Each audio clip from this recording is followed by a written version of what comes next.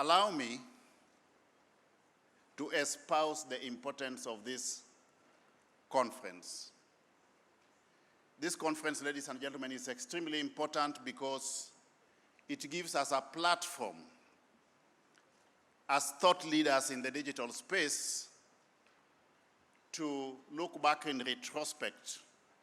as an African continent, to recognize the milestones that we have realized so far in the space of data governance, and also perhaps have a candid discussion on what we need to do to sustain that moving forward. But in equal measure also, it gives us the opportunity to take stock of the challenges that we have faced with regard to data governance, more so in the face of rapid digital transformation within the African continent, and have a discussion and agree on an action plan on what we need to do moving forward to overcome those challenges so that our digital transformation agenda can be undertaken within the framework and ambit of a strong policy, legal, and regulatory framework from a data governance perspective. In equal measure, good people, this platform will enable us to analyze areas where we have got gaps and what we need to do to close those gaps from a continental perspective to strengthen the data governance framework. And at the same time, we will also have the opportunity to recognize the lessons that we have learned in the recent past and how those lessons can inform what we are going to do moving forward in the same regard. Again, informed by that contextual analysis, we should then be able to come up with a very, very clear roadmap that clearly articulates our critical success factors with respect to data governance as a continent, the structures that we need to have, how we strengthen our data governance authorities, and also a clear action plan with very, very clear responsibility centers, timeframes, expected outputs, and output indicators for that matter. And if we rode on that pedestal, I've got the confidence that as an African continent, we would be able to strengthen our data governance framework to ensure both data privacy and data security in the face of rapid digitalization, which is now a global issue, and Africa cannot be an exception. Good people, one question that keeps on cropping up in the face of global digitalization is, are we not overexposing ourselves to cyber insecurity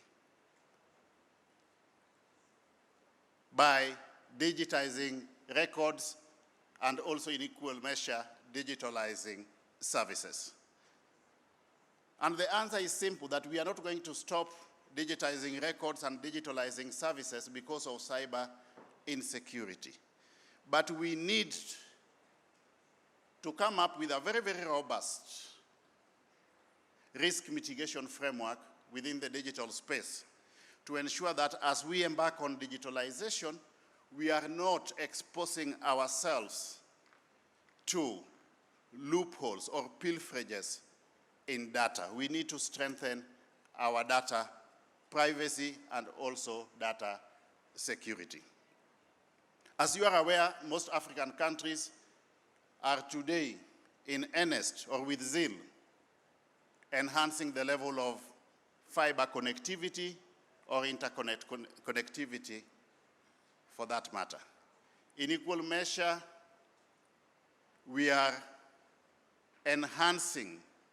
the level of digital skilling for our youth and even the wider population. We are also now, in the face of digitalization, pursuing digital identities. All these issues bring to the fore the urgent need for having a robust discussion on what we need to do as an African continent in the face of global digitalization to strengthen data privacy and data security. So this conference could not have come at a better time, because as we do all this, there are fundamental questions that we need to tackle. There are candid discussions that we need to have. What do we need to do as an African continent to ensure that we move together in tandem from the perspective of data governance and data security, so that no country is left behind? And that perhaps informs an integral component of the discussion that we are going to have during this conference. How do we move in tandem so that we come up with policies, laws, and regulations, a strong foundation on the basis of which data privacy and data security can be anchored, but with policies, laws, and regulations that are in tandem with each other or speak to each other as opposed to being discordant to each other. So that is a discussion that we need to have. The other issue that we need to discuss is how do we ensure that we optimize the data infrastructure that we have at our disposal so that we don't have duplicity of effort on one hand or wastage of resources on the other. For example, if I may just give a hypothetical example for purposes of illustration. If one country has already set up